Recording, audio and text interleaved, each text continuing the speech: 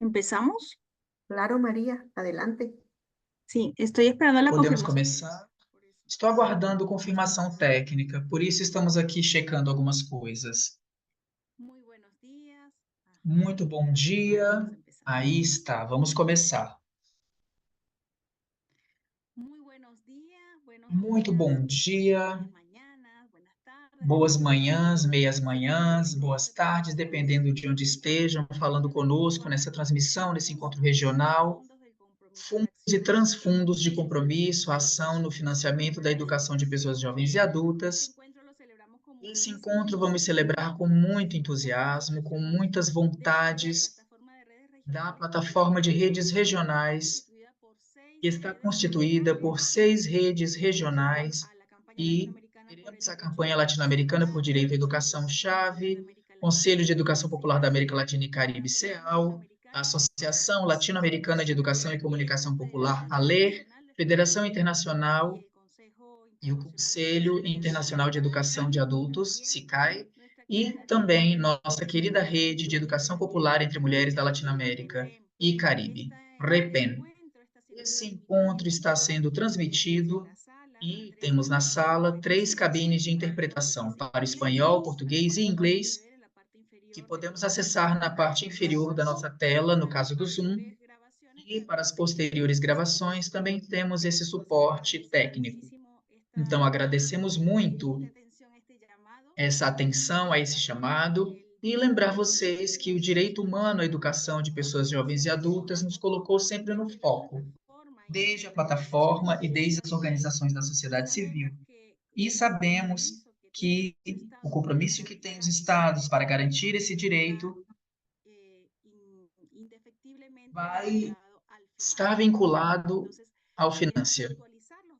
Queremos atualizar os dados sobre o financiamento, queremos aprofundar sobre isso e ver como esses compromissos puderam avançar para todas as populações e ter algumas fotografias desse momento no ano de 2020, ano de 2024. E já no processo de seguimento, no processo de Marrakech.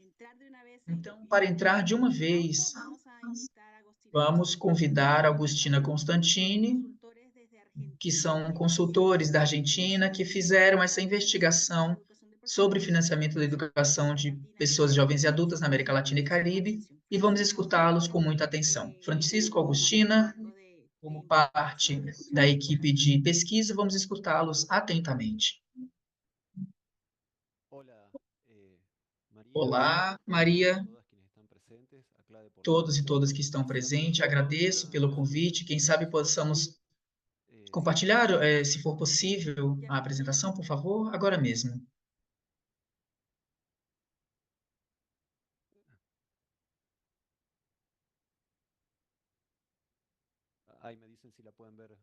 Vocês estão conseguindo ver? Perfeito. Muito bem. Bom, 10 minutinhos. Mais uma vez, obrigado por quem está presente, escutando. E o que eu vou apresentar é uma pequena parte do relatório que fizemos do ano passado em termos de financiamento da educação de pessoas jovens e adultas, que vou me referir como EPJA. Antes de tudo, é importante assinalar a importância da EPJA, da educação ao longo de toda a vida, como direito humano consolidado em convenções e acordos, um aspecto que tem a ver com a melhora das trajetórias próprias pessoais em termos de emprego e desenvolvimento pessoal, mas também no nível de desenvolvimento econômico, que gera maior produtividade no mercado de trabalho mais dinâmico e melhora em termos da coesão social pelos valores cívicos que permitem ser construídos. Não somente isso, que está relacionado também ao desenvolvimento pessoal e à sociedade em termos políticos e econômicos, e também tem um forte fator de melhorar as oportunidades em termos de gêneros de maneira interseccional, porque, em geral, as mulheres e as mulheres empobrecidas e povos originários são os primeiros que têm que abandonar a escolarização obrigatória, e, portanto, quando apontamos para sustentar e fortalecer a EPJA, está a beneficiar também populações particularmente discriminadas pelo sistema educativo. Os compromissos de financiamento podem ser rastreados em diferentes declarações e reuniões que foram se sucedendo ao longo do tempo nas últimas décadas. Particularmente na Agenda 2030 para Desenvolvimento Sustentável, se inclui especificamente dentro do Objetivo de Desenvolvimento número 4, Direito Humano, e as metas 4 e 6, uma referência explícita de desenvolvimento de capacidades e competências para pessoas jovens e adultas. Eu assinalo porque essa agenda nos dá uma diretriz para poder trabalhar de uma maneira que fique implícita e não sempre foi tido em conta nos trabalhos que realizamos para a chave sobre o monitoramento de financiamento na educação. Temos visto que alguns países têm problemas para cumprir os compromissos gerais, como vemos sobre pessoas jovens e adultas, redações, temos alguns problemas, inclusive. Os estados têm a obrigação de destinar recursos ao financiamento da educação, e isso foi assinalado de maneira muito explícita no marco da ação de Marrakech, no ponto 29, que assinala esse componente no financiamento. Podemos ver esses detalhes mais tranquilamente no informe, mas tivemos uma associação de declarações de convênios entre estados, que explicitamente assinala a importância e a relevância de financiar a educação para pessoas jovens e adultas sobre o foco da aprendizagem ao longo da vida. Quais são os modelos de financiamento que temos para pessoas da educação de jovens e adultos? Basicamente, 6. O público é financiado pelo Estado, que vamos nos focar a seguir. O privado, que está nas próprias empresas. O modelo misto, que combina os dois anteriores. A base de ajuda para desenvolvimento, o pessoal, quando as próprias pessoas enviam, e um voluntário ou comunitário que se baseia nas contribuições da comunidade.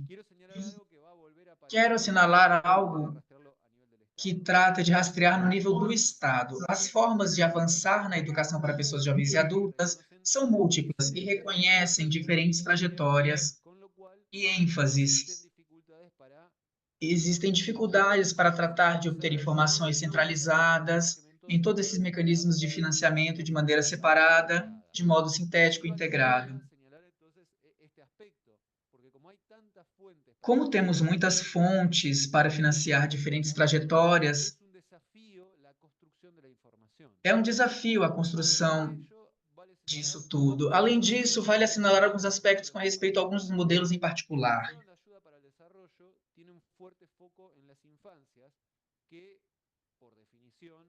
Que, por definição, deixa fora as pessoas jovens e adultas. Nesse ponto, não é uma crítica, ajuda para desenvolvimento, mas um assinalamento das limitações para confiar nesse foco.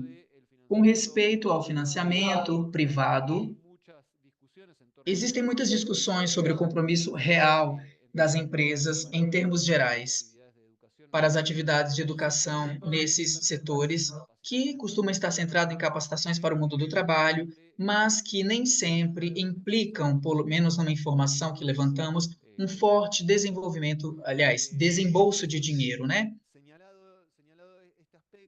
Assinalados esses aspectos, desculpem, sobre o financiamento voluntário e comunitário, tem uma dúvida muito importante, porque aqui tem um esforço muito grande que muitas dessas organizações fazem parte da rede. Claro, são organizações amigas que fazem um esforço monumental por trabalhar num nível dos espaços em vários setores vulneráveis. O problema é que quando o financiamento para essas iniciativas vem da própria comunidade, ou inclusive das mesmas pessoas, tem o risco de reforçar as mesmas assimetrias e discriminações que levaram à expulsão no primeiro momento dessas pessoas do sistema educativo formal, num período prévio das infâncias e adolescências. Então, digamos, sem pretender, por todas estas críticas, a fonte central de financiamento para compensar as assimetrias, que é o financiamento público da época. Nesse ponto, me parece importante assinalar os aspectos do financiamento dos estados. Existem muitas iniciativas no nível do estado, nacional, provincial, municipal, regional, e esses diferentes níveis não necessariamente têm uma... O mesmo acontece nas dependências do estado, o ministério, secretarias e municípios. No geral, na América Latina e Caribe, como mais tarde, a maior parte dos programas está centrado no Ministério da Educação, nos Ministérios da Educação. Mas poderia ser também que esses Ministérios de Desenvolvimento Social ou do Trabalho poderiam estar fazendo iniciativas de capacitação que fazem a definição ampla da EPJA e vai estar em outras dependências. Finalmente, está essa discussão sobre a concepção da EPJA como parte da educação ou como parte da simples capacitação de trabalho e desenvolvimento social, que tem a ver com a reinserção ou readequação das pessoas em seu próprio entorno. Sobre essa discussão, sobre as iniciativas, como elas são distribuídas, não tem como ter um pressuposto, um orçamento que permita construir de modo agregado. Isso é muito importante pelo que eu vou mencionar adiante. No Marco de Belém, os pontos 11, você pode ir um pouquinho mais devagar, porque a gente precisa interpretar a sua fala. Não é problema, Maria, tudo bem. No Marco de Belém, temos 2 pontos, 11A e 11G, que falam das necessidades gerais de indicadores para avaliar os compromissos da EPJA. Na América Latina e Caribe, o compromisso foi 3% do orçamento educativo diante dos 6% que as organizações da sociedade civil tinham. Com fim, em 722, foi assinalada a importância de monitorar e avaliar essa informação, mas na consulta prévia dos estados da América Latina e do Caribe, reconhecer não dá suficiente importância e assinalam que se comprometam a investir mais na EPJA, e foi o que foi feito desde 2009. Não tem informação clara com respeito a isso. As enquetes geradas a partir daí, a sucessão 3 adiante, inclui uma consulta sobre quanto se destina o orçamento. E tem uma grande variabilidade, mas em termos gerais, a maioria dos países simplesmente não sabe quanto gastam. Não existe uma metodologia integrada que permita repor e, no geral, os funcionários respondem ao seu parecer sem uma ideia muito clara de onde surgiu essa informação. 23 países da América Latina e Caribe ofereceram dados oficiais. Em 5 foi o último que entregamos, a metade, em 2018, e um terço aumentou, mas somente 13 desses países puderam identificar partidas concretas, e somente 8 ofereceram dados precisos de financiamento. Ou seja, falta informação do financiamento público da EPJA que seja melhor solucionada essa simetria de base. Esses dados eu não vou falar muito, somente para mostrar que existe uma enorme variabilidade de quanto participa a EPJA geralmente na educação, que vocês podem ver que existem variações que vêm de 4% a 40% de 2019, onde existe uma enorme dispersão e que está acontecendo em cada um dos casos por financiamento da EPJA. E em termos de destinos que são calculados, aqui temos também uma variabilidade muito grande, que vai de menos de $1 por pessoa até $10.000 por pessoa adulta no Brasil, que compõe uma variabilidade gigantesca no marco da mesma região. Não podemos discutir a importância da EPJA. Tem muitas fontes de financiamento, mas são contribuições do Estado que permitem compensar, conter ou reduzir as discriminações de assimetrias de base, e, nesse ponto, faz falta uma política que coordene dependências em níveis para gerar informações centralizadas, que, além disso, requer uma consulta da sociedade civil para poder conter a dispersão de informações. É um problema de agenda a relevância do etiquetado como uma metodologia clara nos países da América Latina e do Caribe, que seguem sendo essas primeiras impressões de informação que dispomos. Muito obrigado. Muito obrigado, Francisco. Em nome da equipe de pesquisa, colocamos aqui no chat à disposição o link para que possam ver o relatório e, se tem alguma pergunta, vocês podem ir anotando e compartilhando no chat. Vamos, então, rapidamente, aproveitando esse tempinho que temos nesse encontro virtual de fundos e transfundos de financiamento, vamos agora ao Chile. No Chile, recentemente, foi feita uma reunião sobre o segmento do Acordo de Marrakech. E muito obrigado ao esforço que fizeram para estar aqui conosco, que é a nossa diretora educativa e aprendizagem do Ministério da Educação do Chile, que vai nos compartilhar esses avanços da agenda de financiamento a propósito do caso do Chile e suas reflexões. Te damos a palavra, Maria Eugênia, agora. Olá, bom dia. Agradeço o convite, agradeço também a apresentação prévia do Francisco, porque ele coloca um marco geral e acredito que isso foi excelente. Primeiramente, é que é importante pensar se teremos ou não, ou o que precisaríamos fazer com respeito a uma apresentação. Mas essas são as minhas próprias perguntas, e eu que vou fazer nessa apresentação é compartilhar perguntas. Vou, então, ver se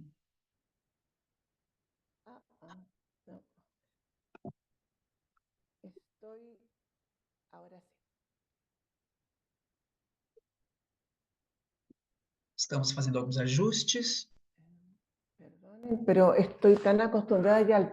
Estou tão acostumada ao Teams que estou tendo um pouco de dificuldade.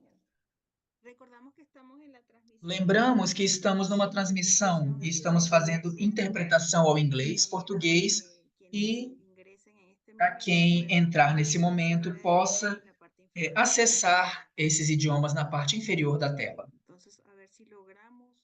Vamos ver se conseguimos desenrolar esses problemas tecnológicos. Porque é um pouco diferente do Teams, eu estou tendo um pouco de dificuldade. Aqui está, acho que eu encontrei.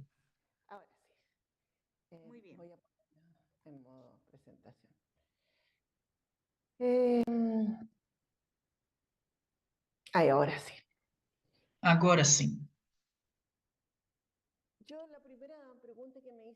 A primeira pergunta é só um problema de financiamento ou é uma expressão de outros problemas? Porque, como o Francisco estava dizendo, temos anos e anos, décadas, falando da falta de financiamento e reclamando e nos colocando compromissos de forma reiterada. Ou seja, vale a pena perguntar, esse é só um problema de financiamento ou é algo mais que está refletindo esse problema?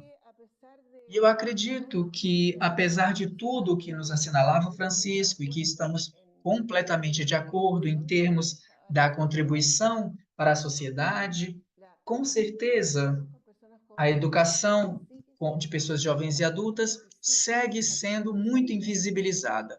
A contribuição dessa educação de jovens e adultas é realmente muito invisível para as políticas públicas e eu diria também para o sistema educativo em geral. Então, de alguma maneira, essa falta de financiamento reflete também a falta de valor e importância que a educação de jovens e adultos tem nas políticas educativas. E também reflete, de alguma maneira, a dificuldade que nós temos desde o campo da educação de jovens e adultos para convencer realmente sobre os alcances e o valor da educação de jovens e adultos. Dizemos, fundamentamos. Eu queria, falar a partir do meu trabalho que eu tenho uma série de reuniões falando da importância e das dificuldades de financiamento que nós temos e as implicâncias que isso tem. Mas esses argumentos não são suficientes. Está acontecendo alguma coisa no modo que estamos comunicando isso. Então, existe uma dificuldade para edificar quais são essas dificuldades e relacionar especificamente com essas. Tem diferenças de pressuposto, de orçamento, que não nos permitem avançar, que é a mesma ideia que Francisco estava dizendo. Então, o financiamento é só orçamento disponível? Outra pergunta que também eu faço a mim mesma, ou seja, é uma pergunta que eu deixo para todos. E aqui temos, então, uma série de temas que eu acredito que precisaríamos esclarecer. O financiamento é uma combinação de uma capacidade de governar para conseguir recursos e as mudanças de orçamento e normas, leis que se requer. O tema não é somente no nível do executivo, é no nível do Estado também que precisa se encarregar disso, porque passamos de um governo a outro com recursos que não mudam a estrutura do financiamento. E nisso temos uma forma de governar também que, que está muito conectada ao passado. Você governa também com estruturas e amarras que são do passado. E no caso do Chile, temos estruturas da época da ditadura ainda, do ano de 81. Tem estruturas de, de regime de financiamento, mas de regime no geral, que são heranças de modelos passados, antiquados. E essas heranças, que não somente têm a ver com o trabalho do executivo, mas também com o do legislativo, que tem a ver, ou seja, com muitas coisas, enquanto incide também esse projeto nos grupos, ou seja, qual é o enfoque principal que vamos trazer a partir disso, né? Então, falar de financiamento é falar de estruturas também. Não é falar de orçamento somente. Ou seja, como passar dos compromissos e recomendações para a construção de uma política de financiamento para a EPJA? Para mim, essa é a pergunta-chave. Porque não temos uma política de financiamento. E aí, então, coincidimos. Todas as declarações internacionais e o rastreio que já fizemos, né, o estudo que já foi feito, ou seja, absolutamente todas, incluindo a última conferência que tivemos de segmento em Santiago do Chile, que aconteceu no ano passado, né, que algumas pessoas nos acompanharam de forma muito brilhante. Ou seja, sempre as recomendações são essas, mas também existe um tema específico. Não somente podem ser feitas recomendações, mas quais são os estudos que abalam esses mecanismos de financiamento? Quando falamos, também numa reunião de ministros, que brilhantemente foi de educação, em janeiro desse ano em Santiago, mas a pergunta é: quais são os estudos? Ou seja, temos estudos parciais, mas não temos para dizer por essa razão é fundamental, tal, tal, tal. Ou seja, temos aproximações, bases documentais, mas faltam alguns estudos ainda. E outro tema que nos parece importante e relevante dentro do processo de orçamento, isso nos diz na agenda de 2030 e do balanço que foi feito na América Latina, que por aí foi sendo falado, e imagino que vai ser referido também nesse tema. Uma ideia que é muito importante no processo de pressupostos que se prioriza as políticas públicas e se expressa a articulação de coerência entre os pressupostos. Então, se não temos incidência no processo de orçamento e na incidência em seu maior sentido em todos os âmbitos, isso vai ser modificado. Como fazemos a incidência de orçamento? E também precisamos perguntar sobre quais papéis podem julgar, atuar as agências de cooperação. Podem suprir esse déficit? A resposta é que eu acredito que não. Podem ajudar para que isso se coloque na agenda, podem fazer incidências, mas, obviamente, por mais de cooperação internacional que tenhamos não vai modificar a estrutura de orçamento, mas sim a incidência. E eu acredito que, ainda que siga sendo recomendações ou seja, precisamos seguir fazendo isso também, mas não basta, não é o suficiente. Então, aqui temos algumas pequenas reflexões sobre a governança, compromisso e financiamento da ODS. Acredito que sim se pode ler e, portanto, eu vou saltando algumas coisas, porque eu entendo que assim temos problemas com os tempos. Mais um minutinho, Maria Eugênia.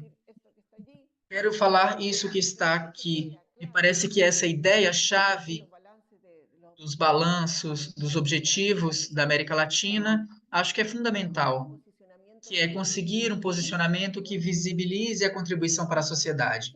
Nós temos, e esse é um grande desafio para a gente. E eu queria terminar também dizendo o que acontece com o financiamento da EPJA no Chile.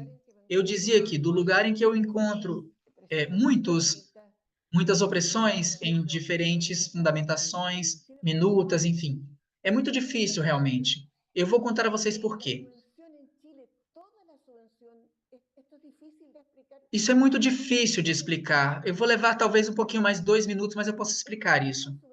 No Chile, o financiamento de todo o sistema educativo é uma subversão que se paga por assistência de alunos, de estudantes. O custo é calculado pela subversão de assistência média. Ou seja, não é que você tenha uma subvenção fixa nos estabelecimentos, que eles funcionam de acordo com a quantidade de financiamento, com a quantidade de estudantes que existem. Nesse caso, jamais ela baixa em todo o sistema escolar. Mas, além disso, a incidência de modo de cálculo de assistência é a lei de subvenção, que provém da ditadura, obviamente, que fala de remoções, mas vem aí da ditadura essa lei, porque tem uma mudança muito neoliberal que foi feita nessa época e que temos as consequências disso até hoje. Então, isso é calculado por assistência média, devido às características e condições dos estudantes, que da nossa modalidade, que não todos os dias vão à aula, que têm dificuldades de acesso e tem um monte de dificuldades pós-pandêmicos ou durante a pandemia também, que foram sendo refletidas nas incapacidades que a assistência dava todos os dias. E, além disso, não tem acesso a outras subvenções. Podiam ser as subvenções preferenciais escolares para estudantes de alta vulnerabilidade. Não conseguimos isso. Então, a diferença de recursos que existe entre a modalidade de educação de adultos e a regulação de crianças e adolescentes foi acentuada e está cada vez mais complexa. E aqui temos que existe uma série de outras subvenções. E, claro, isso é muito complexo e eu acredito que as pessoas que se dedicam a estudar as subvenções precisam fazer de modo muito mais fundamental e é simplesmente muito complexo entrar, digamos assim, no tema das subvenções. Mas a subvenção é paga por assistência média e a subvenção da época era mais baixa. Tentamos remediar isso constantemente, mas não é possível solucionar. E eu quero terminar com a mesma pergunta. Isso é só um problema de financiamento ou é a expressão de outros problemas? Muito obrigado. Muito obrigado, Maria Eugênia. Isso é o que faz despertar o interesse por aprofundar e ampliar mais os debates. Pedimos às pessoas que tenham inquietudes e comentários que possam ir compartilhando no chat e, como diz a canção, subamos ao sul até a Centro-América, que temos aí na Guatemala, fazer contato com o vice-ministro de Educação, um companheiro muito querido, de longa trajetória da educação, de compromisso, pesquisador docente, Francisco Cabreira, que vai nos fazer esse panorama da situação, com a perspectiva desde a Guatemala, com relação ao financiamento. Estamos te escutando atentamente. Obrigado, Maria, e muito obrigado a todos por esse convite, sempre com temas tão provocadores, inquietantes, como foi essa trajetória. e também as organizações que participam, CEAL, obviamente, que tem uma grande parte do meu coração e da minha trajetória, e coincidir feliz aqui com colegas de toda a região, como Maria Eugênia, Rose e outros que vi por aí. E bem, eu gostaria de fazer uma intervenção que, de algum modo, acredito que pode responder à pergunta que Maria Eugênia nos deixou proposta em sua intervenção. De repente, que sejam não só questões de financiamento realmente, esse tema de abordagem, né, de orçamento, que é como é colocado por Maria Eugênia. O primeiro que eu gostaria é localizar um pouco a minha intervenção no sentido de alguém que vem do mundo da EPJA e vem da participação nesses espaços, agora numa função pública, em que, claro, o cenário é bem diferente, mas as ideias prevalecem e a luta, os compromissos também prevalecem. Eu gostaria de propor a partir daí essa reflexão sobre esse tema que nos é convocado hoje. Eu acredito que, de alguma maneira, foi dito aí nas intervenções anteriores que efetivamente existe um problema de visibilidade, de importância que tem a EPJA no conjunto dos sistemas educativos ou no conjunto da política pública. É verdade que é muito pouco visível no geral, mas eu diria que, nesse cenário, uma necessidade muito franca que é buscar e falar das diferenças públicas sobre o entendimento da EPJA, sua importância, sua transcendência e seu potencial, que na verdade é que poucas vezes foi reconhecido. Na verdade, os documentos já citados por Francisco antes são muito claros nas propostas, mas também é verdade que muitos desses documentos são invisíveis no dia a dia da política pública. Simplesmente não estão aí, não estão nos escritórios, ou estão numa livraria, talvez, mas não estão realmente na definição das coisas. E eu acredito que aí é algo que precisamos fazer para conseguir que esses compromissos se comprometam parte das agendas. E eu acredito que o primeiro assunto que temos que ver é o assunto sobre a reeducação. E eu falo também com base, mais ou menos de forma setorial. Temos que começar pelo criado, que quer pensar a educação como se não escola, escolaridade, etc. Não além disso. Ou seja, ele precisa seguir um pouco do que foi dito antes por Maria Eugênia, a trajetória do que já vinha sendo dito, que eram feitas amarras, que é difícil soltar essas amarras, mesmo que exista mudança de governo ou um... Que hay que reeducar al funcionariado, que es, me parece, el primer reto. Funcionariado que trabaja, por ejemplo, en la planificación institucional, que trabaja en la planificación presupuestaria, etcétera, que simplemente no ve esto ni ve la necesidad de incluirlo. No ve, porque además son presupuestos limitados. Além disso, são orçamentos limitados, ou seja, somar compromissos não é uma ideia primária, sobretudo quem está trabalhando nessas esferas. E depois precisamos reeducar a classe política, porque isso tem um papel também. Mas isso não fala da importância da EPJA, a educação dos adultos em particular, as pessoas jovens, se precisam ter um efeito realmente econômico, um rebote importante, ou o que quer que seja. Mas a de pessoas adultas é muito difícil de explicar. Existe um outro exercício de reeducação que precisa ser feito. E a sociedade, porque a sociedade também não costuma ver isso como parte disso. Que se ponga una escuela para niños, para niñas, para que se atienda, que se coloquen los maestros donde no los hay, que se entreguen los libros, etcétera. Que se entreguem os livros. Isso é visto como um direito, mas que as pessoas possam acessar a programas alternativas, etc. Isso não é visto como um direito. E da minha experiência também, em vários países da região, vejo que vários países que participam, várias pessoas que participam, estão realmente muito agradecidas. Estão sempre agradecidas ao presidente, a tal organização, porque se percebe como algo, um esforço realmente extraordinário de alguém para oferecer uma oportunidade. porque aí não estamos olhando o direito à educação ao longo da vida. Então, eu queria colocar como primeira ideia a importância de reeducar, de recolocar o tema e de seguir avançando nessa direção. Minha segunda ideia tem a ver com a rigidez das programações de orçamento, orçamentárias, que tem a ver particularmente com a política pública, claro.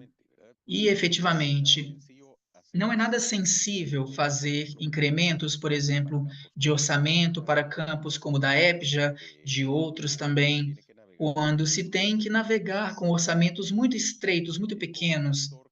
E é como um fator que os economistas chamam de rigidez orçamentária, e que é essa dificuldade de fazer saltos importantes. E claro que na execução orçamentária no campo público não é algo que acontece de forma tão espontânea.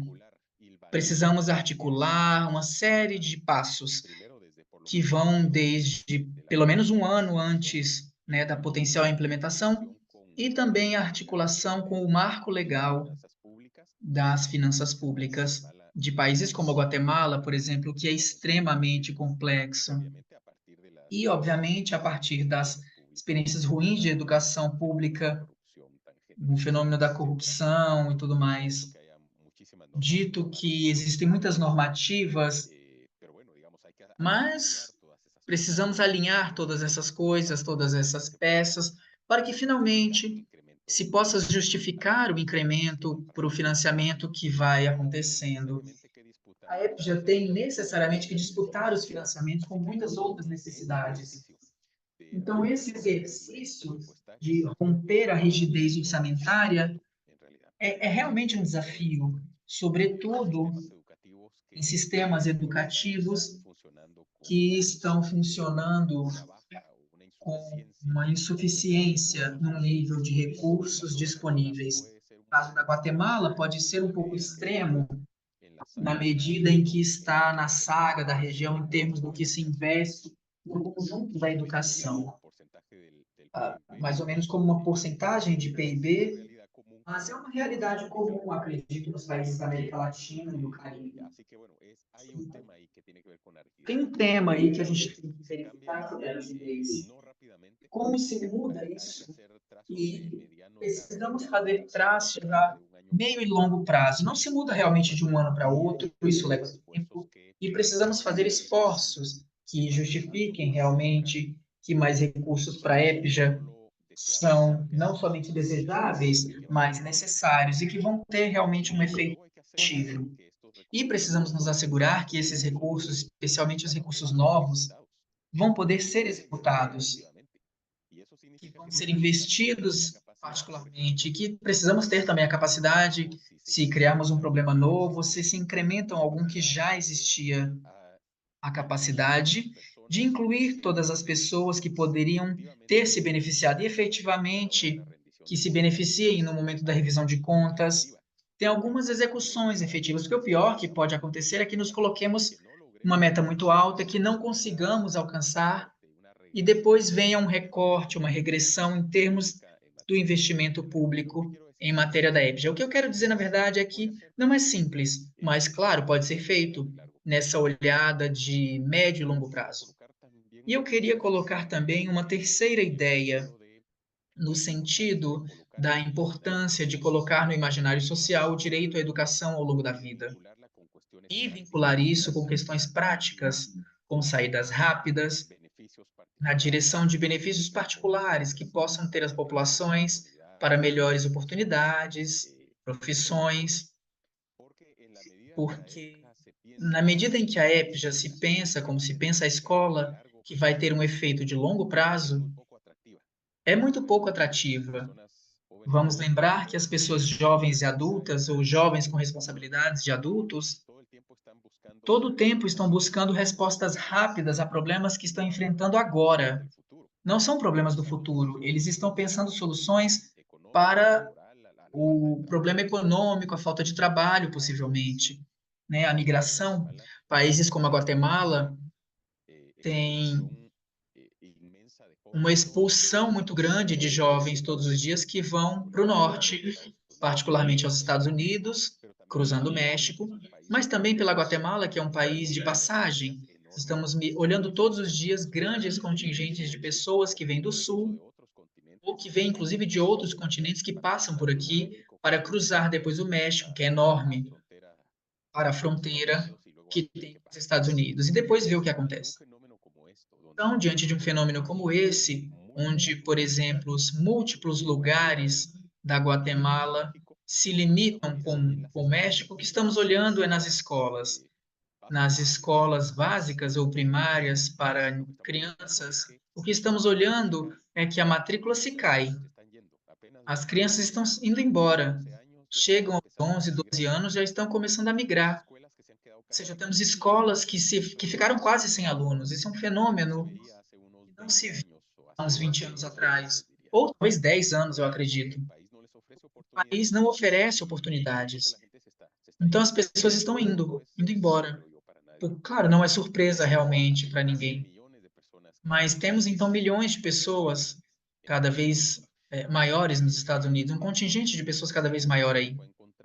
O sistema guatemalteco encontrou uma forma de oferecer programas aos jovens e adultos que estão fora do país. Isso faz vários países da região, né? Encontrar formas de fazer programas. E o que acontece? O que eu quero colocar aqui é que a educação de jovens e adultos não está no imaginário social. As pessoas não estão olhando para isso, estão pensando na escola, que querem voltar à escola para ter que fazer 5 anos ou conseguir um diploma que no final serve de muito pouco, quando a EPJA teria que oferecer saídas mais rápidas, oportunidades mais imediatas, condições de melhora material rapidamente. Isso me parece realmente que é um aspecto muito importante, que deveríamos olhar para isso. Mas, bem, a minha quarta ideia, e eu espero terminar essa intervenção com ela, é que a educação de pessoas jovens e adultas, como qualquer outra proposta que é feita no nível de políticas públicas ou ações públicas, é uma ação política e precisa focar também como uma ação política. Se queremos que a EPJA cresça e que os orçamentos cresçam, como o Francisco explicou com clareza, os relatórios, e vimos aí, né, o fenômeno mundial que existe de marginalidade da EPJA em termos de investimento público, e alguns casos são extremos, como na América Latina e no Caribe, que nós temos aqui. Devemos entender que, se queremos que essa realidade mude, precisamos pelo menos de duas coisas. Precisamos politizar o tema no sentido correto, de transformá-lo num tema político, e não um tema social somente, mas um tema político, um tema de política pública realmente. E para que seja um tema de política pública, precisamos de duas coisas, que estão em extremos diferentes. Ou seja, particularmente, faz falta que dentro do sistema é importante que esse tema seja impulsionado. E, claro, precisamos de funcionários que estejam comprometidos, que tratem de impulsionar, de fazer avançar esse tema, mas também é muito importante que exijam isso. Precisamos de demanda para isso. E é isso que não estamos tendo. Não temos quem exija a EPJA, não existem grupos, comunidades que estão exigindo a EPJA. Muitas das coisas que acontecem no poder público, em ação pública, são feitas em resposta a demandas. Quando existe uma demanda social alta, ainda não, mesmo que não tenha pressuposto para isso, eles encontram a forma para assignar esses orçamentos e ceder a essa pressão social que precisa ser suficientemente forte. Isso faz mover os governos, os parlamentos, a estrutura política do país. Mas, nesse caso, nós não temos isso.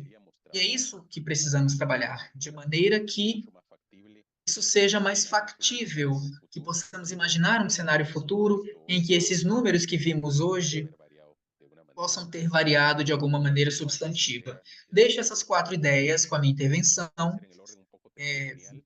Pode ser de forma um pouco testemunial, mas também tentando responder às propostas que Francisco e Maria acabaram de fazer. Deixo um abraço a todos. Muito obrigado, Maria. Muito obrigado, Francisco. Anotamos tudo e seguimos aqui anotando tudo sobre esse intercâmbio que foi dado e Tem algumas confirmações do que estamos seguindo en Brasil, en no Ecuador. Brasil, no Equador, na Guatemala, no México. Então, seguimos com a abertura de mensagens e comentários também no chat da transmissão e também nessa sala do Zoom. Justamente da Colômbia estão dizendo que foi percebida uma grande invisibilização da EPJA no Estado e na sociedade.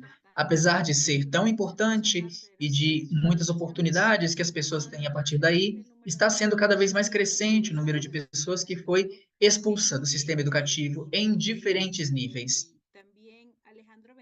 Também Alejandro Ventura nos diz que é uma pena que EPJA não seja somente um tema de financiamento, mas também estão minimizando a sua importância na medida em que as políticas ministeriais estão tratando de ver a linguagem, métodos e formas como se fosse uma escola de crianças, por exemplo, no caso da República Dominicana, consideram como um retrocesso essa proposta da intervenção.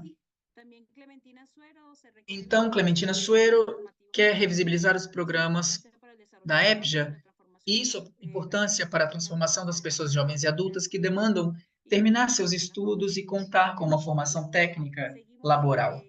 Seguimos, então, animando os comentários e agora voltamos ao Zoom. Desculpa que te interrompa, mas acredito que vale a pena ler essas duas perguntas para que Francisco vá pensando as respostas. Tem uma seguinte também. Deixa eu ver.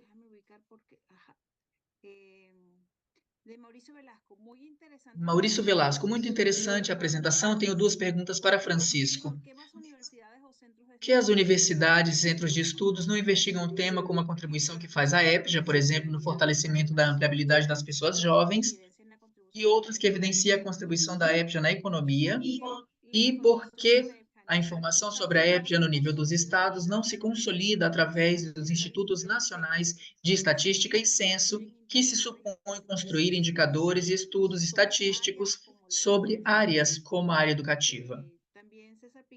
Também, falando aqui sobre o trabalho de inovação diante do trabalho, podemos abordar na seguinte intervenção. Então, essas duas perguntas sobre a academia e o compromisso da investigação e da pesquisa e os dados vinculados ao censo e ao acesso à informação. Me parece que Francisco nos disse que teria uma saída porque vai a um congresso. Não sei, Francisco, se você tem 2 minutinhos, se você pode responder antes de que você precise sair para comparecer. Me refiro a Francisco Cabreira, não Francisco Cantamuto. Acredito que possivelmente está em mobilização, não sei. E tomamos nota, então, e de repente, na sessão de ampliação com o resto das pessoas, podemos tratar de dar uma resposta. Estou justo por mobilizar. Felizmente, estou aqui muito próximo do parlamento agora e pensei dessa maneira para poder chegar a tempo. Então, posso, de repente, começar a responder essas perguntas agora, se quiser. Claro, entendemos a situação, então, por favor, tome a palavra para tentar responder. Estamos te escutando. Muito bem. Bom, eu acredito que o que acontece com termos dos institutos de estatística e as instituições similares é que, efetivamente, eles veem os temas no nível das principais urgências dos países. E esse é um tema que, como disse antes, não está visibilizado nessa agenda. Não suficientemente documentado o impacto e o benefício que tem, por exemplo, que eu acredito que, como foi mencionado em seu comentário, o efeito positivo que tem a EPJA, por exemplo, na geração de melhores orçamentos e economias para as famílias e, consequentemente, também para o país. Acredito que precisa estar documentado, isso precisa ser mostrado nos institutos de estatística, que costumam realmente ser regidos de forma muito tradicional em seus mecanismos de análise e de investigação, e criar procedimentos sobre o que tem sido trabalhado, e tem a necessidade realmente de fazer precisamos colocar isso sobre a agenda. É importante que nas reuniões como a de janeiro, que foi mencionado por Maria Eugênia, esteja aí o ministro da Educação e o ministro da Fazenda. Ele estava aí, eu acredito que isso é uma boa prática. E, claro, da mesma forma é insuficiente, porque os ministros da Fazenda vão para as reuniões igual a todo mundo e dizem que sim, que se comprometem, mas quando voltam se chocam com a realidade. A realidade está baseada nas demandas, e eu acredito que a ação estratégica é pensar no que necessitamos da função pública, temporalmente, mas, sobretudo, quem está na parte social e da organização comunitária, que é visibilizar e exigir, converter nisso, até que se exija. Se não se exige, é um papel, é teoria, simplesmente. E eu acredito que a EPJA é possivelmente o nosso caso, um dos âmbitos que se requer mais que outros esse salto às declarações de papéis, aos compromissos e às ações. Mas, bem, muito obrigado, Maria. E aproveito também para saudá-los e deixar o meu carinho, o meu apreço. Espero que possamos coincidir numa nova ocasião. Tomara que seja na sua própria jornada. Agora sim, muito obrigado por poder ter aproveitado esse momento para ampliar. Vamos seguir então motivando os comentários, perguntas, tanto no YouTube como no Facebook. Vamos lembrar que estamos fazendo a transmissão com inglês e português, então por isso também nos pedem os companheiros e as companheiras intérpretes que modulem um pouco melhor a sua fala para que o seu trabalho possa ser um pouco mais verdadeiro, um pouco mais fiel à fala. Obrigado à plataforma das redes regionais e justamente baixando para o sul, agora sim, vamos retomar mais uma vez Santiago, na oficina da Unesco, com a unidade de monitoramento e planejamento de educação, Alejandro Vera, que amavelmente aceitou também esse diálogo para que nos compartilhem as reflexões sobre financiamento público da EPJA, dos dados disponíveis e do que pode ser compartilhado. Alejandro, estamos te escutando atentamente. Pode falar. Bom dia a todos e a todas. É um prazer estar aqui. Em primeiro lugar, muito obrigado a Maria.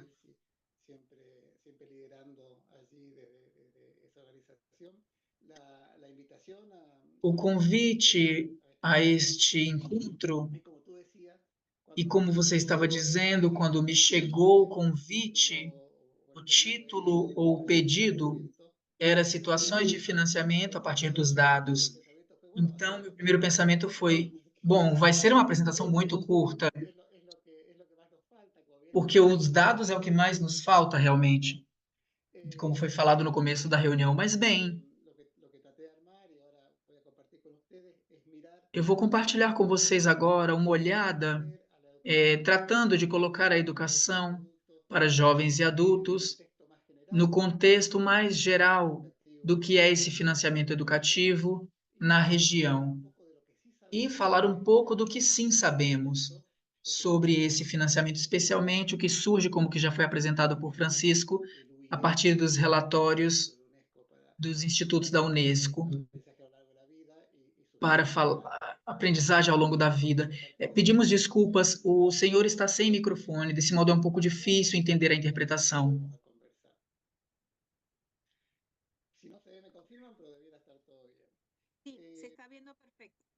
Estamos vendo perfeitamente.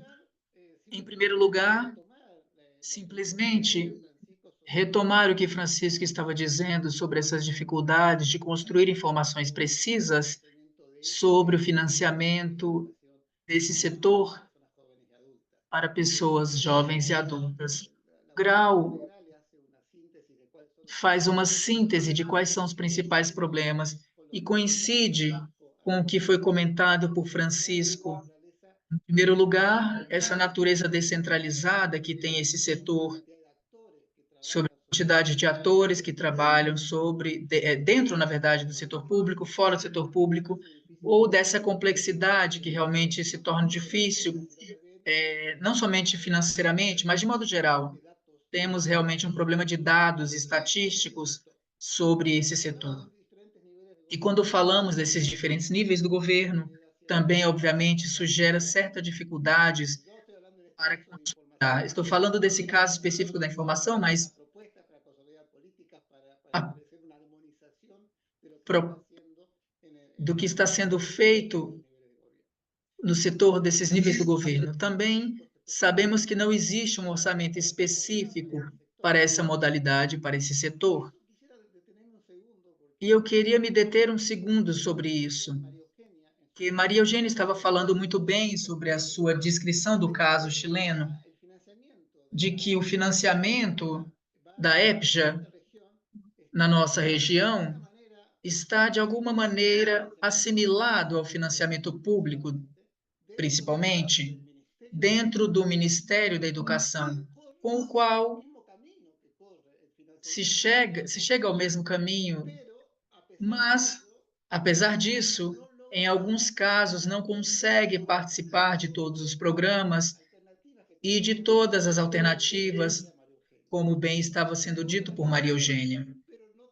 Tem a mesma sorte, mas não os mesmos benefícios. Essas modalidades e esses níveis. Então, é um tema a que trabalhar. Ditas essas dificuldades, como eu dizia, eu queria talvez ter alguns minutos para falar. Se o financiamento do EJA é parte desse financiamento maior, financiamento público da educação, você temos que saber em que está esse financiamento. Francisco já disse também, e foi esclarecido também por Maria Eugênia e Francisco Cabreira, que existem compromissos internacionais que são repetidos em diferentes instrumentos, tanto gerais como aqueles que atendem a educação de jovens e adultos. E no caso do financiamento, todos foram sendo feitos esses papéis recomendados pelo Marco da Educação 2030, que está aí entre 4% e 6%, e o PIB entre 4% do gasto público total. O que aconteceu na nossa região sobre esses dois indicadores? Se fazemos uma olhada a longo prazo do que está nessas balanças que foi mencionado por Maria Eugênia sobre o cumprimento destas agendas na nossa região, vemos que os últimos 20 anos, em geral, a média de países numa região esteve cumprindo esses mínimos. Estamos acima desses 15% de gasto público total, estamos um pouco acima desses 4% desse produto interno bruto. Mas o que sim chama a atenção é que durante o período recente, o período que vai entre 2015 adiante, que coincide com o estabelecimento da nova agenda, da Agenda 2030, existe uma certa parada, uma desaceleração desses esforços. Se olharmos na segunda década, vemos claramente como fomos tendo picos em 2014, por exemplo, e a partir daí começou um declive desse esforço, um declínio desse esforço. Ainda estamos um pouco acima, mas aí existe uma pausa, um estancamento desse financiamento.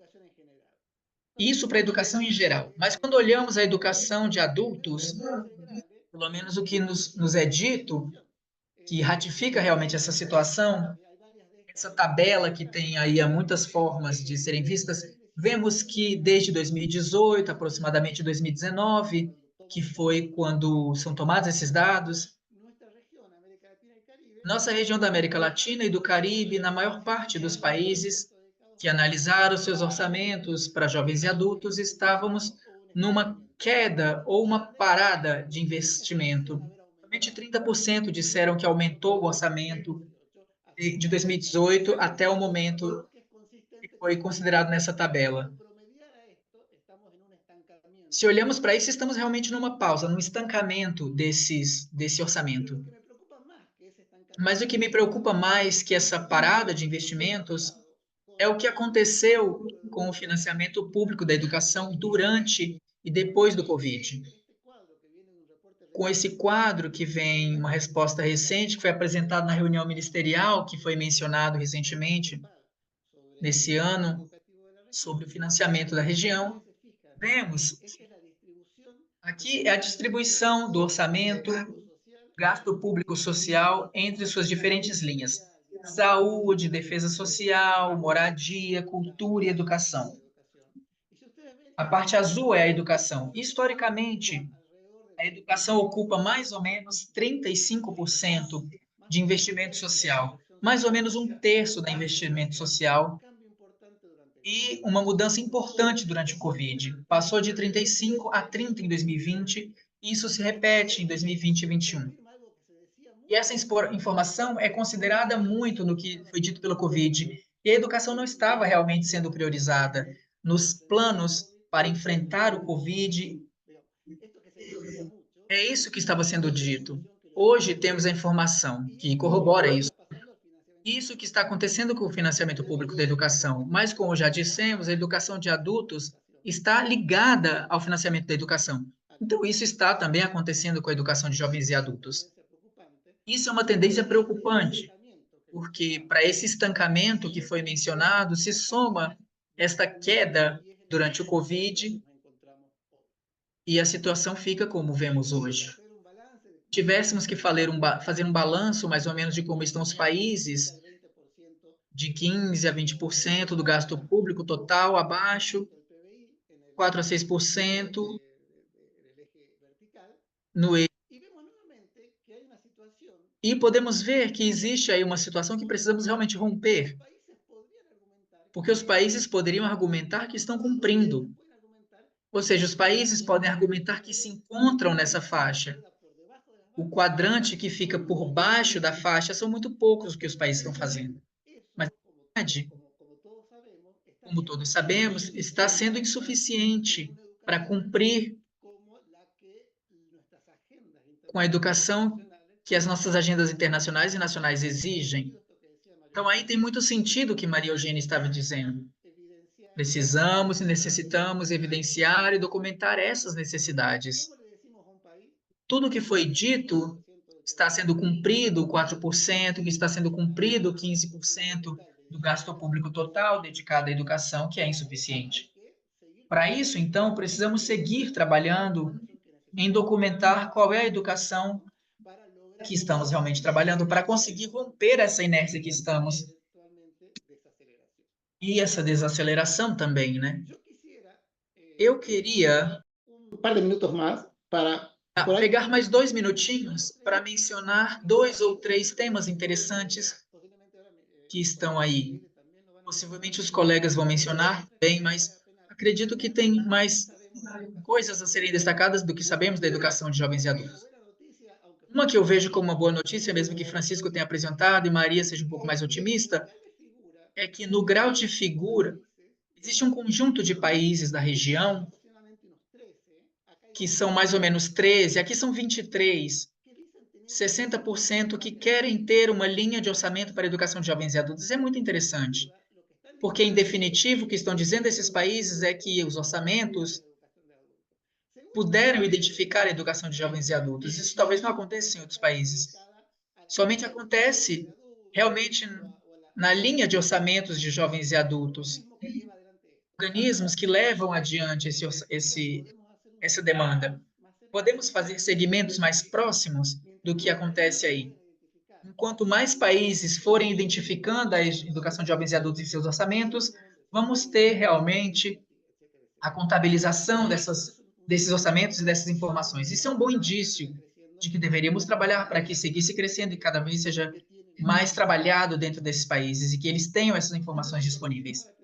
O segundo que me chamou a atenção e que eu gostaria de compartilhar com vocês é que os países da região, comparado com o resto do mundo, identificam ainda pouca participação de atores não estatais no financiamento da educação de jovens e adultos.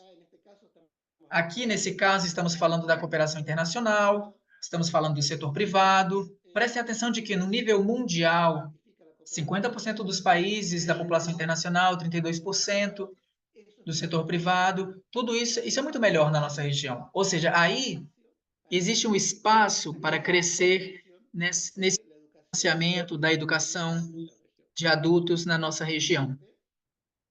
E, finalmente, isso não é para a nossa região, isso é no nível global. Mas, no geral, identifica de maneira interessante como estão as populações dentro da educação de jovens e adultos, e aqui, quanto mais verde e cinza seja a coluna, mais ênfase existe nessa população. E se tem algumas populações que estão sendo bem atendida, como os desempregados, os jovens, as mulheres. Na outro extremo, está aquelas as quais estão tendo menos atenção. Pessoas da terceira idade, pessoas em regime penitenciário, migrantes, povos indígenas. Inclusive, dentro da educação de adultos, jovens e adultos, precisamos fazer uma análise sobre que população estamos chegando melhor. Existe um tema de justiça e equidade que tem que ser trabalhado, inclusive dentro da educação de jovens e adultos. Toda a educação de jovens e adultos pode ser considerada como esforço, realmente, no nível populacional, para dentro também do grupo que podemos estar atendendo de diferentes maneiras e precisamos prestar atenção nisso. Isso é uma informação global, mas poderíamos fazer também um exercício para a nossa região. Já me passei os 10 minutos, com certeza, e então, deixo aí com as últimas reflexões, as últimas mensagens que resumem, de alguma maneira, isso que estávamos conversando. Primeiro, sabemos que o ator principal do financiamento da educação de adultos é o governo, e dentro desse, o Ministério da Educação, obviamente. Com o qual essa é uma verdade. Isso faz com que nossa atenção nesse setor seja mais efetiva. Sabemos que a inversão do setor, o investimento no setor público na educação vem se reduzindo, depois da pandemia, principalmente. Isso é um tema, como o Francisco dizia, que é um tema político, realmente. E precisamos fazer entender que seja um tema político. Precisamos romper com esse casamento que está sofrendo com a tendência geral do financiamento. Segundo, agora sim, um minutinho, somente um minutinho. Na América Latina e no Caribe, temos um espaço para maior participação de outros atores. Uma parte quebra com essa inércia que pode ser outros atores participantes realmente. E, finalmente, é necessário trabalhar para uma distribuição mais justa dos recursos, inclusive porque quando os recursos são escassos e nada faz parecer que isso vá mudando realmente de maneira imediata, porque como a associação muda nos países, quando essa situação muda, estamos então num ciclo expansivo e precisamos prestar maior atenção ao uso dos recursos. Então, aí vão aparecendo as clássicas dimensões de eficiência, de equidade. Também dentro da educação de adultos, precisamos prestar atenção a esses temas. O que temos, precisamos investir bem e prestar atenção no que mais faz falta. E o último, que é simplesmente um pedido de seguir trabalhando juntos para uma maior produção de informação e financiamento no resto das temáticas. Mas para isso, e não sobretudo, como vocês devem saber melhor do que eu, o que é necessário é dimensionar, estabelecer os limites claros da educação de jovens e adultos. Muitas vezes a produção de dados é difícil, porque é difícil conceitualizar o que entra nesse ponto. E quais são, do que está formado esse setor e até onde chega esse setor. É importante essa conceitualização para que os dados possam ser produzidos de maneira mais precisa e de maneira mais independente. Até aqui eu fico, então, e vou ficar, então, até o final agora da nossa reunião. Muito obrigado. Obrigado, Alejandro. Temos diferentes comentários também sobre ao que se destinam os orçamentos nos estados, sobre o acesso à informação, sobre o acesso aos dados oficiais, e essa necessidade de fazer análise sobre os dados disponíveis. Vamos, então, uma mini ronda para palavras finais de quem esteja na sala, dos expositores, para que, de repente, a gente possa dizer em 2 minutinhos esse fechamento, porque estamos já um pouco apertados. Vamos com Maria Eugênia, em Santiago, falando de todos os intercâmbios, então temos 2 minutos para o seu comentário. Eu queria dizer que precisamos olhar para essa educação desde uma perspectiva histórica. Nós olhamos a geração de nossos pais, avós, que não terminaram nem a secundária, não terminaram o ensino médio. E por isso, na verdade, é tão importante mudar um pouco a narrativa com a qual estamos conversando sobre a educação de jovens e adultos e colocar isso como um tema ou seja, não podemos falar de infância. Aqui não, aqui é com adultos. E a educação é intergeracional, como é intercultural, como como explicar que as políticas educativas e o foco, se queremos o foco na infância, precisamos ser a infância com adultos, não é a infância no ar, solta. Isso por um lado. Por outro lado, eu acredito que nós temos alianças com universidades e também, pelo menos no Chile, não existe nenhuma carreira que tenha foco na educação de adultos. Às vezes temos cursos, um magistrado em alguma universidade, uma ou duas, mas não tem uma visão desde a formação da importância da educação de jovens e adultos. O que sim está acontecendo, e é algo muito interessante, é que as pessoas jovens que saem que saem da universidade e que fizeram práticas ou estágio, que se envolveram na educação de jovens e adultos, querem seguir trabalhando na educação de jovens e adultos. E com isso eu finalizo. Isso é muito relevante. Como o professor volta a trabalhar nessa interação das aulas de jovens e adultos. E o que temos? Falando não somente de orçamento, mas como um ativo importante na educação de jovens e adultos é o compromisso dos professores e dos docentes com os estudantes. Aí estamos falando de alguma inovação pedagógica, mas, claro, a partir do sistema e fortalecendo isso. Existem muitas coisas para dizer, mas eu fico por aqui porque realmente não tenho tempo mais. E tenho, claro, muitas outras ideias. Isso que nos anima a seguir fazendo mais eventos, escutando vocês. Estamos anotando para as próximas, claro. Na Argentina, com o Francisco, então, temos 2 minutos aí. Estamos vendo muitos foguinhos aí pelo chat, muitas mensagens.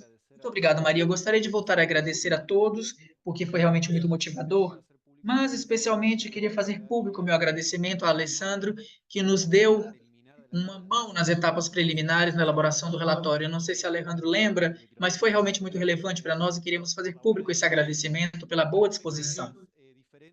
Com respeito aos diferentes temas, que sabemos que realmente são múltiplos e difíceis de fechar em poucos minutos, mas eu acredito que é importante seguir pensando nisso. Eu gostaria de assinalar, então, pelo menos 2 aspectos que me parecem relevantes.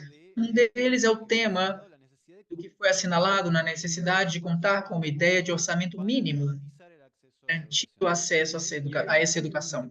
E aí temos algumas experiências preliminares, não para a EPJA, mas para a educação geral.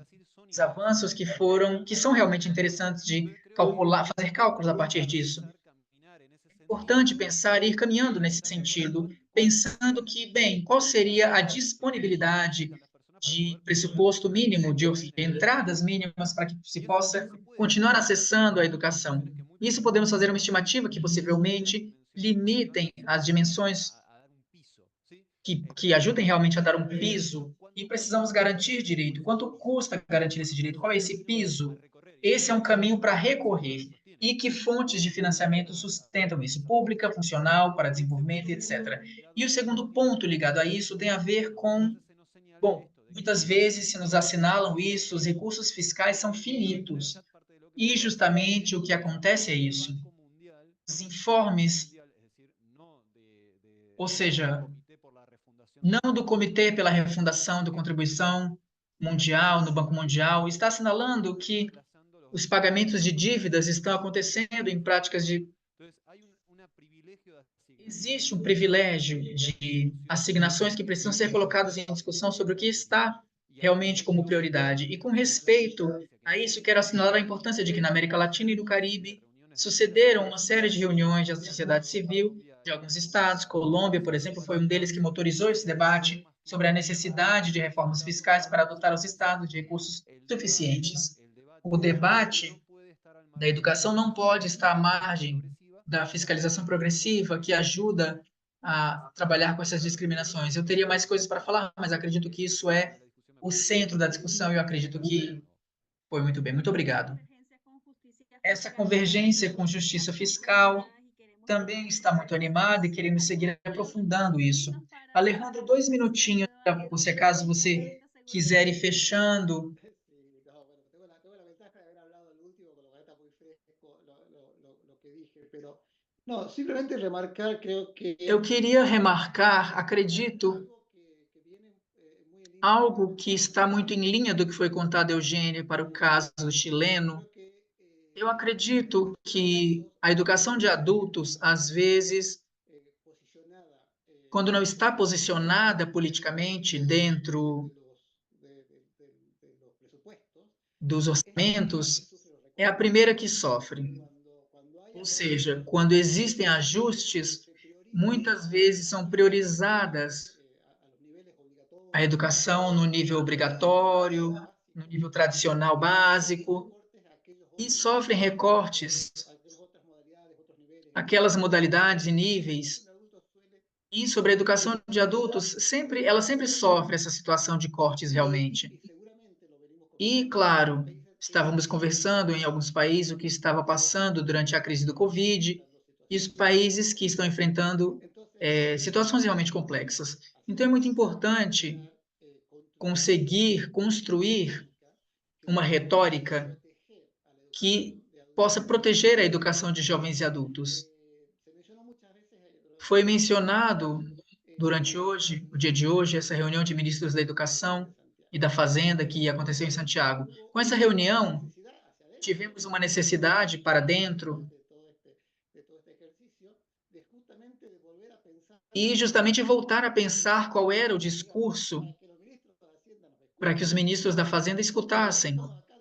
Porque todos que estamos aqui, todos defendemos o direito à educação, mas existe uma contraparte que às vezes não escuta esse relato. Então tivemos um esforço de voltar para estabelecer todos esses benefícios e esses impactos que tem o investimento na educação.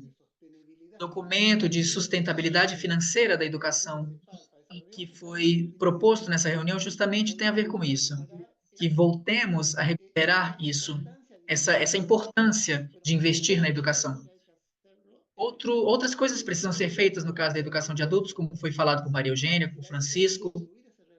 Precisamos realmente ir construindo esses dados para posicionar a educação de jovens e adultos e evitar que seja o primeiro lugar onde vão ser tomados os recursos em épocas de crises, que lamentavelmente é o contexto que tem acontecido realmente nos últimos anos na nossa região. Então eu queria dizer isso e passo por aqui. Muito obrigado, Alejandro.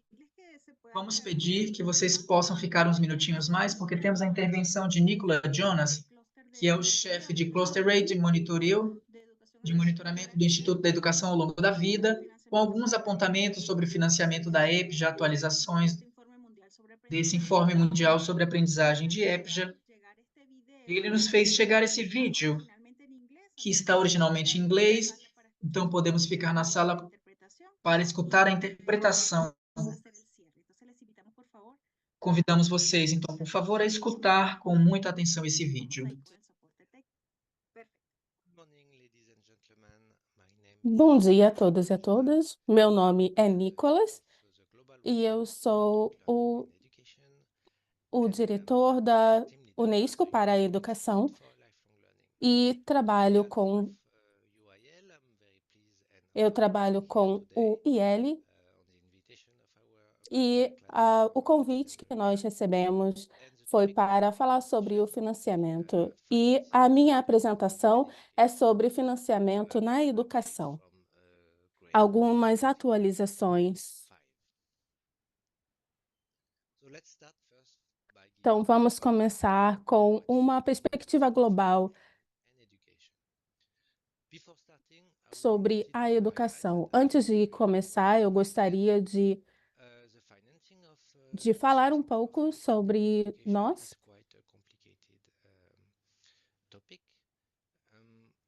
Falar sobre a educação é um tópico um pouco complicado. Primeiro, nós estamos falando um pouco sobre os nossos dados.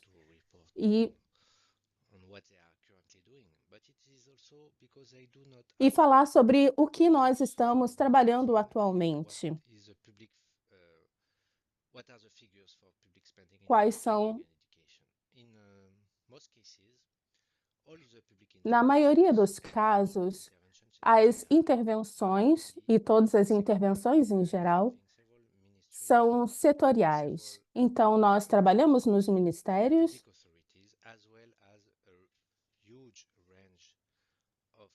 e também dos grandes arranjos de diferentes aportes.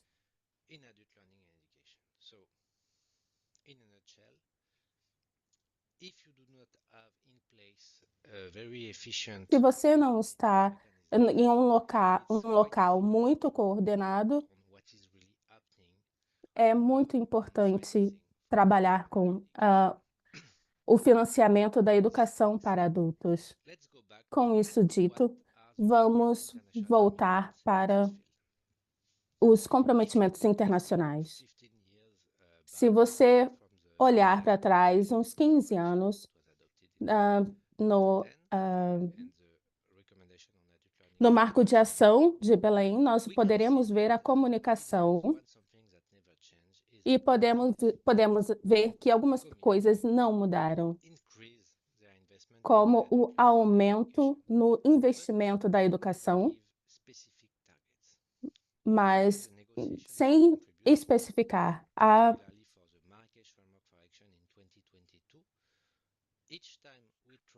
Cada vez que nós vamos inserir a porcentagem do público para o projeto de educação, a educação dos adultos, foi muito difícil de concluir essa ação. Não é apenas que eu não sei qual é a ação, mas é difícil permitir algo quando não temos o controle para o monitoramento. Mas os estados estão fazendo sua parte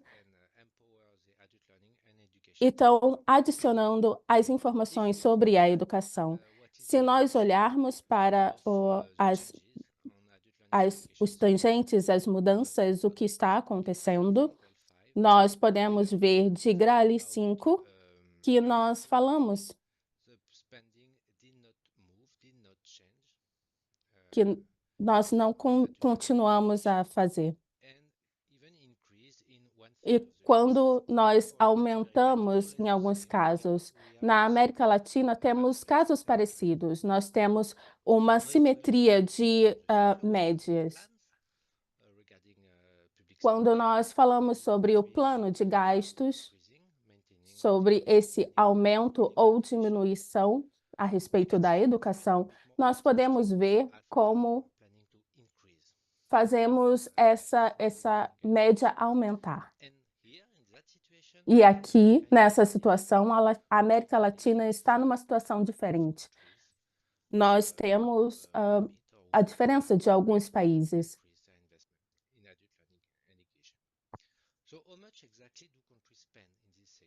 Então, quanto nós podemos gastar em cada país? E aqui nós temos a porcentagem e você pode ver que temos 27% que responderam que não. Mas se nós tivermos uma visão mais abrangente, esse gasto é apenas uma taxa. Normalmente, nós temos o nosso objetivo que poderia indicar um percentual dessa ação. Mas nós podemos ver que nós estamos com 15% dessa taxa que declara que nós podemos alcançar até 4%. Outro aspecto importante, outro objetivo é qual é o tipo de programas que esses investimentos estão destinados. Nós podemos ver nós não podemos controlar tudo, mas nós podemos tentar ver esse controle importante em alguns grupos importantes que vão fornecer alguns conhecimentos específicos e vão navegar nesses conhecimentos.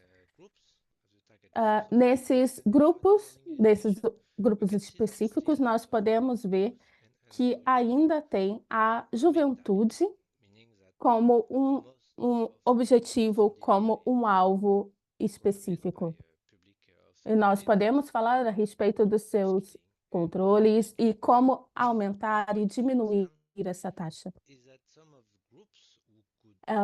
O que acontece é que alguns grupos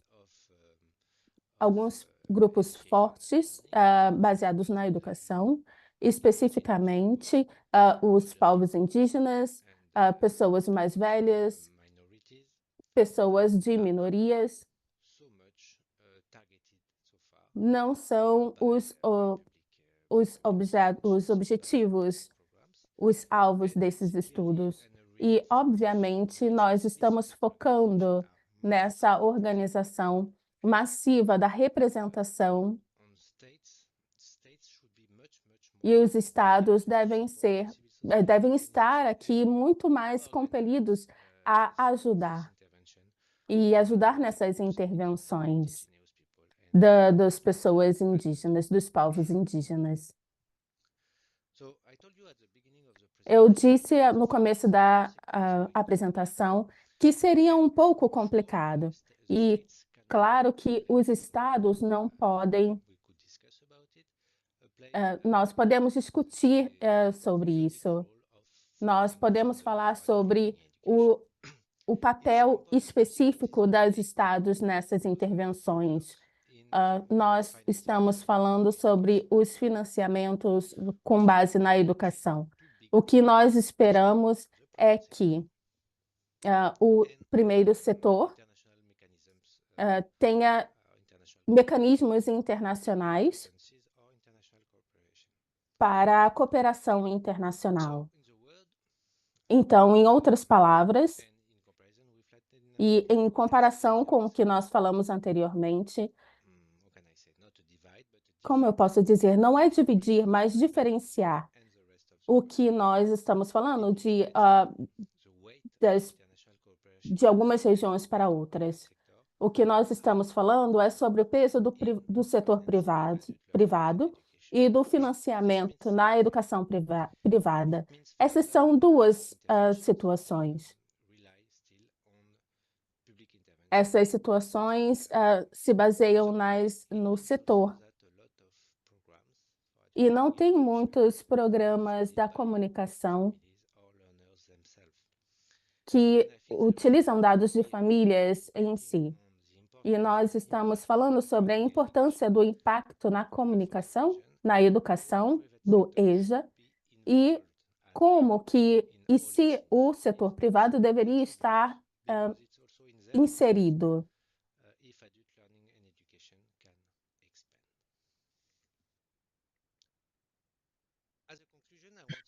Como conclusão, eu gostaria de falar rapidamente sobre os dados que vocês podem encontrar nessa comunicação. Então, nós podemos falar sobre os países, e nós mandamos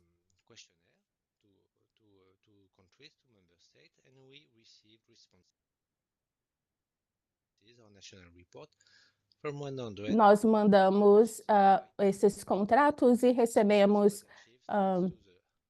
as respostas com o que foi alcançado com base nisso. Quase todos os questionários com relação ao financiamento, porque o questionário não foi muito longo, e nós recebemos 101 respostas dos países para os quais nós enviamos o formulário. E tem uma grande porcentagem dessas respostas que são relacionadas à educação. E quando nós falamos dessa porcentagem, nós tivemos 60% dos Estados-membros que responderam. Apenas 53 de todos os de sua totalidade conseguiu responder. E o que me traz a essa conclusão?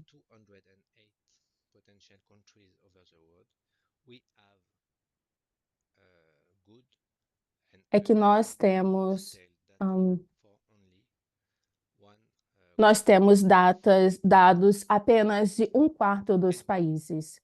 E nós não sabemos nada com relação ao GRALE 4. E com relação a isso, nós estamos lançando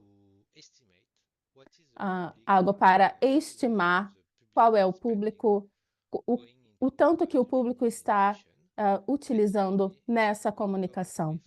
E nossa ferramenta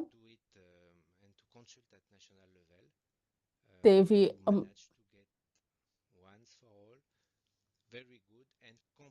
e foi muito bom esse comparativo e essa base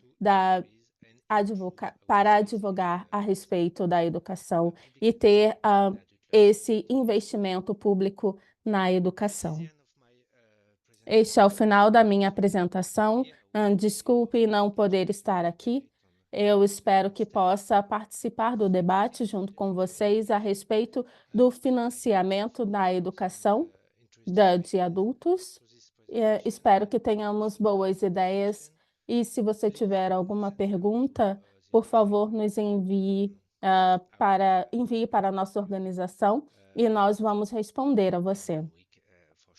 Em uma semana, com certeza. E eu espero que nós possamos nos ver em breve. Agradecemos a Nicolas, que nos enviou esse vídeo e que também nos fez aprofundar sobre esse relatório. A seguir, a coordenadora, que é muito ativa da plataforma regional, das plataformas regionais, pode falar. Muito rapidamente, porque estou um pouco atrasada, mas tudo esteve muito interessante. Eu fiz várias anotações, porque realmente acredito que existe muito para ser feito, que precisamos realmente ver como vamos fazer tudo isso, entre todos aí nos organizarmos, sobre todo mundo que está aqui, mas temos realmente temas muito interessantes, propostas muito interessantes sobre o termo de pesquisa, de levantamento, de dados, de reflexões, de olhar para isso. Eu acho que esse diálogo com companheiros e companheiras que estão na gestão pública, e então eles veem o que nós vemos de um lado, eles veem do outro lado. Então isso realmente é um diálogo extremamente importante, muito provocador também, né? Sugere muita coisa para a gente. Então, eu não vou falar muito mais que isso, mas que eu acredito que todos e todas que estamos aqui estamos ficando realmente com muitas ideias que precisamos pensar como vamos concretizar, como trazemos isso para a matéria, para poder realmente entregar informação que contribua com esse giro nas narrativas imperantes sobre o EJA, tanto nas políticas públicas como nos orçamentos públicos.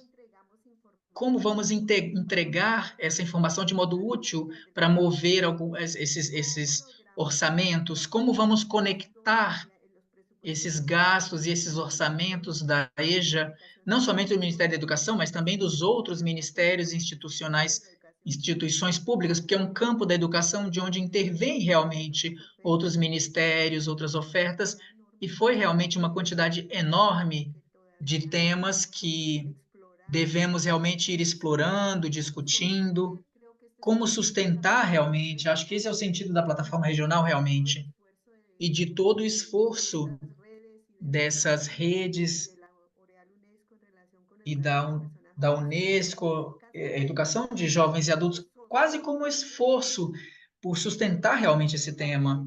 na agenda que realmente que apareça cada vez mais presente, cada vez mais visível, que se compreenda de outra maneira, como o Francisco estava dizendo, sobre reeducar, sobre o que Maria Eugênia disse também, me parece super importante.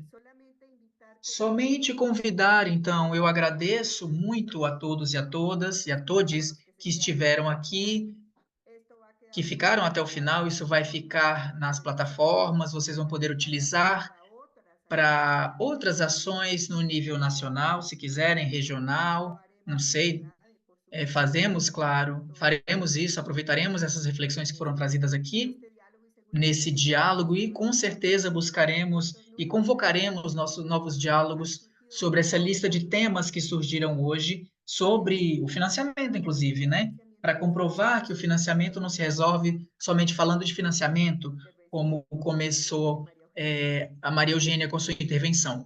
Então, eu acredito que podemos ir encerrando, então.